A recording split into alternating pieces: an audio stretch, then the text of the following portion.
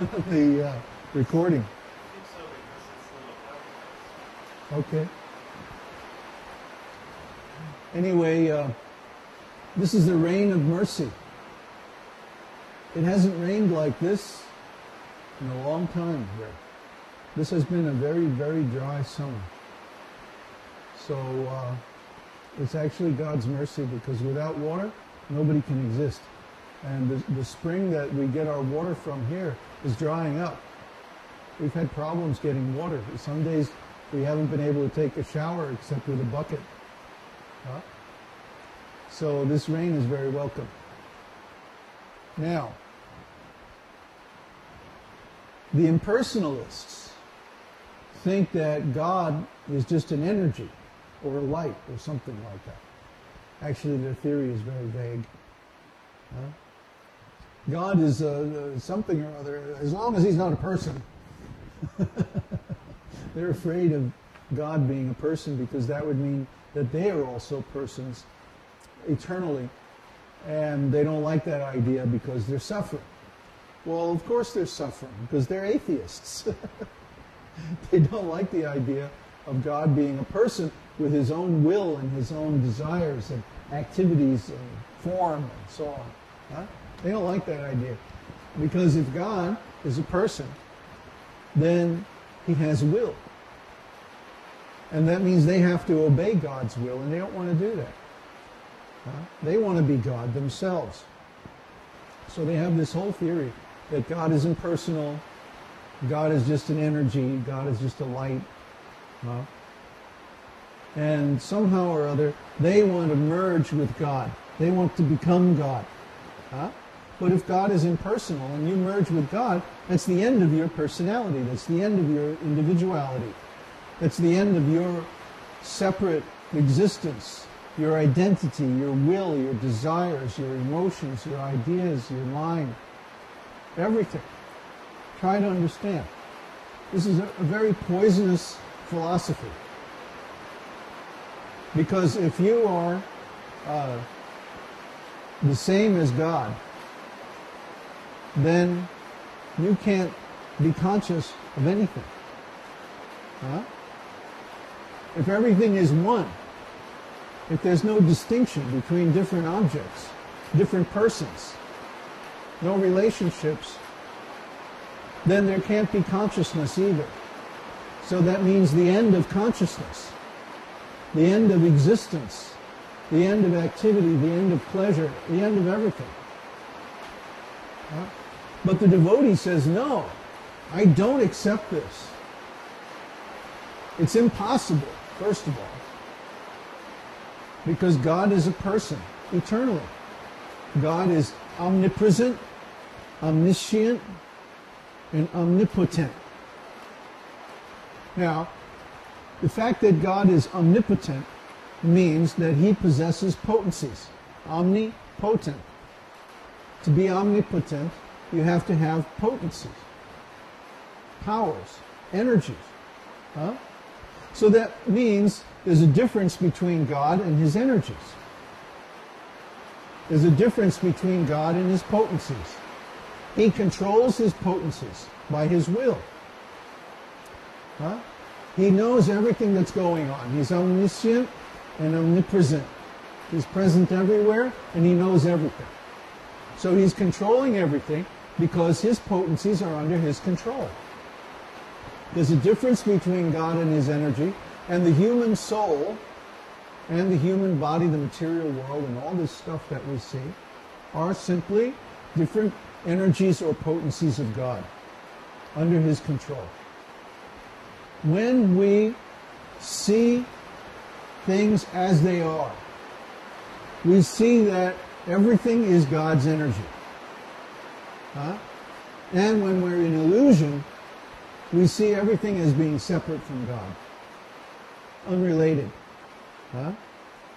Like the rascals, the atheists, and I include people like the Christians who have some doctrine but really no knowledge. They see this world as separate from God. They see that the world is going on somehow or other by chance. Huh? They accept the theories of the rascal scientists that this world is evolving, that animals and people are subject to laws like evolution. But we have no quarrel with the idea that people and animals adapt to their circumstances. But there's a big difference between adaptation and evolution. We have never seen the origin of a new species by evolution. That is a completely unproven theory. There's no evidence for it whatsoever. It's just a conjecture. It's just a theory. Or actually, it's just a hypothesis. Because we can't even construct an experiment that would prove it or disprove it. So try to understand. These rascals, because they have no knowledge of God, they have to explain why things are the way they are. So they come up with all these theories. And the theories are supposed to be based on some evidence, but actually the evidence is all indirect. It's all circumstantial. Just like someone goes into a court and they accuse someone of a crime, but nobody saw them do it. The evidence is all circumstantial. Oh, there was one of his hairs found at the crime scene. Or there was some DNA or something like that. It's very circumstantial. It's not the same as having an eyewitness. The jury may say, oh no, there's a reasonable doubt. We can't convict this guy because we don't have any direct evidence. Nobody saw him do it. Similarly, nobody has ever seen the origin of a new species. No one has ever observed it. We only know about it indirectly. So, how can people accept this theory as if it's a fact? It means they're less intelligent. They don't understand the difference between a theory or a hypothesis and an actual explanation, an actual fact. They're less intelligent. They follow their beliefs, their hunches. This is another reason why faith is a very weak basis for any kind of a spiritual process or any kind of community. And we see that communities that are based on faith have a very high turnover.